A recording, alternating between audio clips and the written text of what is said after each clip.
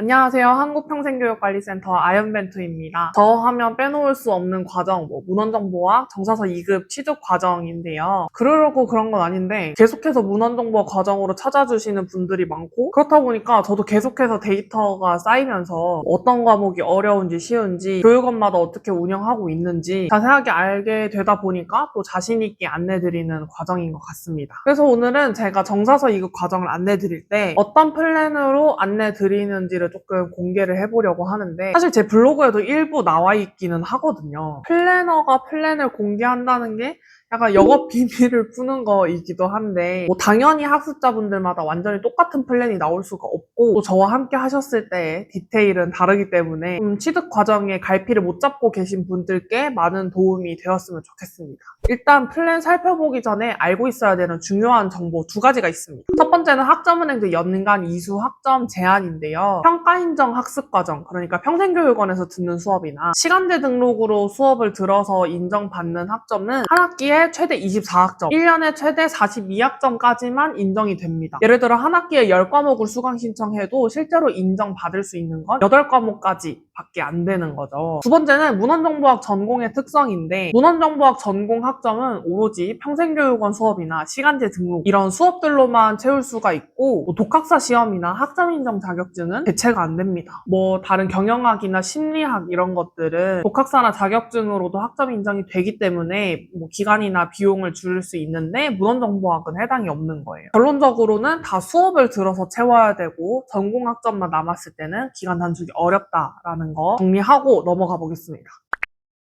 자, 그러면 최종 학력별로 어떻게 진행되는지 살펴볼게요. 먼저 4년제 정규 대학을 졸업한 대졸자 기준을 볼까요? 사실 대졸자 플랜이 가장 간단하고 제 학습자분들 중에서도 계산해보니까 83% 정도가 대졸자 분들이시더라고요. 대졸자는 타전공 제도라고 해서 이미 4년제 학위가 있기 때문에 대학교에서 복수 전공하듯이 내가 취득하고자 하는 학사 학위에 전공만 48학점 취득하면 학위를 받을 수가 있는데 앞서 말씀드렸던 것처럼 문헌정보학 전공은 수업 외에 학점 인정 받을 수 있는 요소가 없기 때문에 과목당 3학점으로 환산해서 16과목을 이수하면 됩니다. 1년에 14과목 인정이 된다고 하니까 보통은 3학기 과정으로 진행을 하시는데 매년 2학기, 26년도 2학기, 27년도 2학기, 2학기에 시작해서 과정을 진행한다고 하면 2학기에 8과목, 연도 바뀌고 다음 해에 또 1학기에 8과목 이렇게 수강하는 건 가능하기 때문에 1년 만에 학위 취득도 가능해요. 지금 26년 2학기이기 때문에 요즘은 이렇게 1년 과정으로 안내를 드리고 있습니다.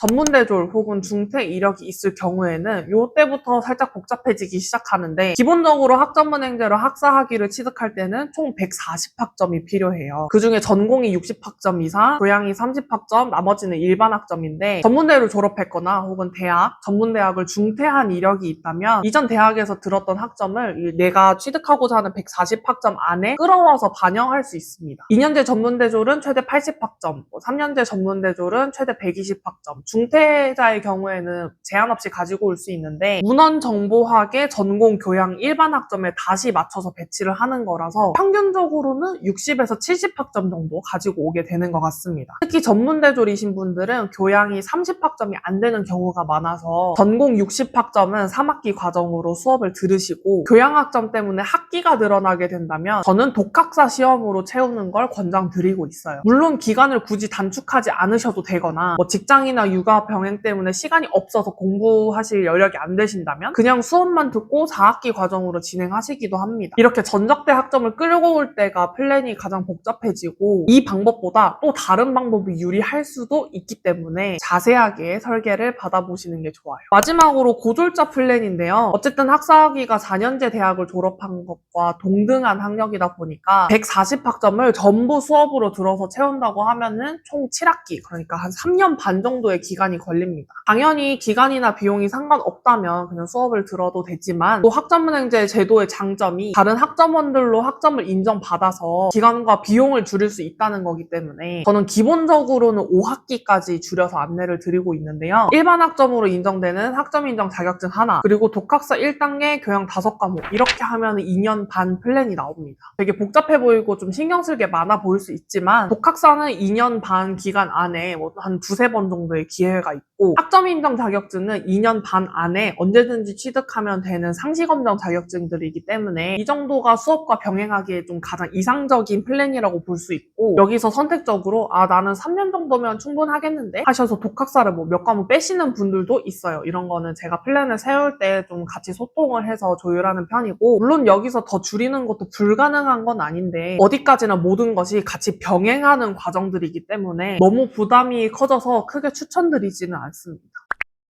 최종 학력별로 대략적인 플랜을 정리해봤는데, 뭐 과목 개설 마감 상황이나 전적대 전공이 어떻게 됐는지, 뭐 전적대에서 교양을 얼마나 많이 들었는지, 원래 보유하고 있었던 자격증이 있었는지, 이런 것들에 따라서 플랜이 진짜 천차만별로 달라지거든요. 물론 다른 과정도 같이 꼼꼼하게 안내드리고 있지만, 문헌정보와 학위취득 과정, 정사서 2급 취득 과정은 제가 제일 전문적이라고 자부할 수 있기 때문에 정사서 2급 자격증 신청할 때까지 함께할 담당자를 찾고 있다면 더보기란 정보를 통해서 문의 주시면 안내 드리겠습니다. 감사합니다.